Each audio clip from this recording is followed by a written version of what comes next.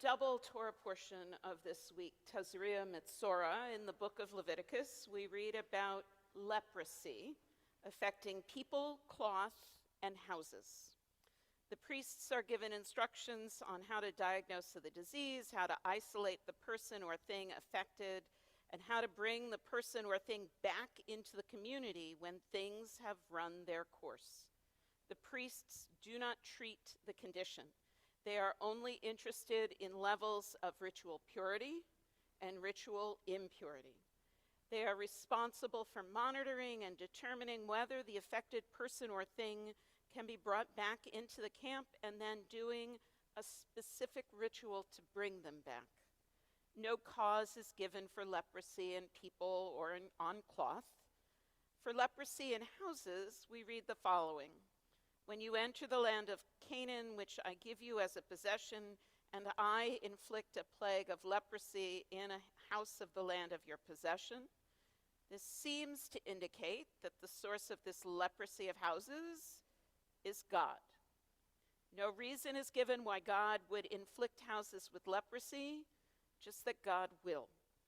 And with that statement, I am back to my theological struggles. I am not alone in my struggles with this text. The early rabbis had similar struggles with the idea of God causing leprosy in houses, which resulted in two different sorts of theology. The first response to this section of the Torah is the idea that leprosy is the result of sin, in this case, gossip.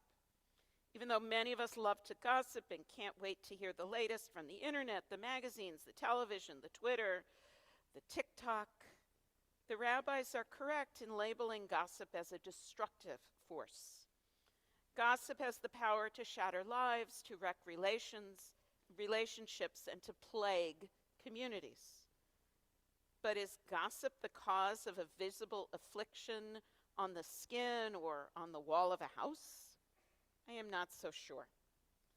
So if sin isn't the cause of the thing on the wall, maybe mold, maybe something else, what is the other theological choice? The second interpretation of leprosy in houses is found in the Babylonian Talmud. In Tractate Sanhedrin, a series of statements can be found. There never has been a stubborn and rebellious son, and there never will be. Why then was the law written? In order that you may study it and receive reward. There never was a condemned city, and there never will be. There never was a house with leprosy that needed to be destroyed, and there never will be. Why then was its law written? In order that you may study it and receive reward. These three laws that never happened and never will happen are derived from three challenging texts in the Torah.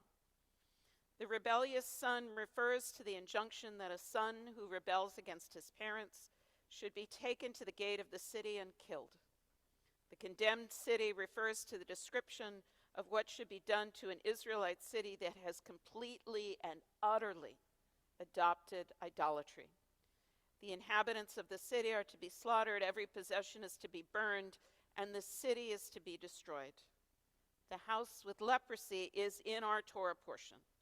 This house is completely destroyed if the leprosy continues. Any of these verses in the Torah can be a challenge. By stating that these things never were and never will be, the reaction of the rabbis to these three difficult verses seems to be, this can't have happened. God can't ever want this. They acknowledge these texts. They even give a reward to those who study these texts. But for the rabbis, God does not want us to kill a rebellious child. God does not want us to raise an idolatrous city. God does not want us to destroy our homes to remove some sort of visible contamination on the wall.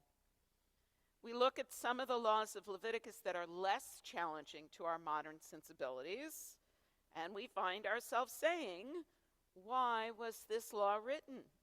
Just as the rabbis did. We can learn from their approach in the hard cases.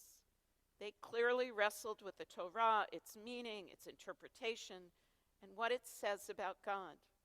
They didn't excise any of it, even at its most troubling. On the contrary, they looked for meaning in every verse, every phrase, every word, and every letter. The rabbis of the Talmud state that there is a reward for wrestling with challenging texts. If there is, it must be this. As we grapple and face the challenges found in the Torah, we learn better who we are as individuals and as a people in our relationship to God. We begin to conclude our service now. I'm going to invite everyone who's comfortable in doing so to please. Actually, I'm not going to invite you to rise. You know, we talk about it, and then I skip something over. Okay.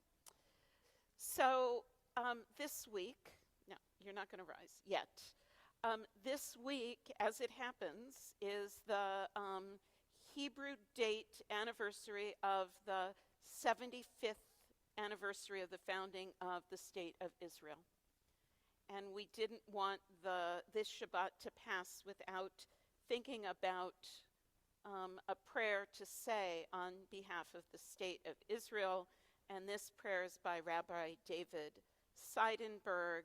And anybody who would like to join in on reading this prayer, please feel free to join with me. And then Cantor will sing a version of this prayer in Hebrew. Our nurturer, our parent in heaven and on earth, rock of Israel and its redeemer, bless the land of Israel so that the state of Israel may become the beginning of the flowering of our redemption. Shield her with your embrace of love and spread over her your sukkah, shelter of peace. And send your light and your righteousness to her heads, ministers, advisors, and to the nation that elects them. And to her judges, may they be stalwart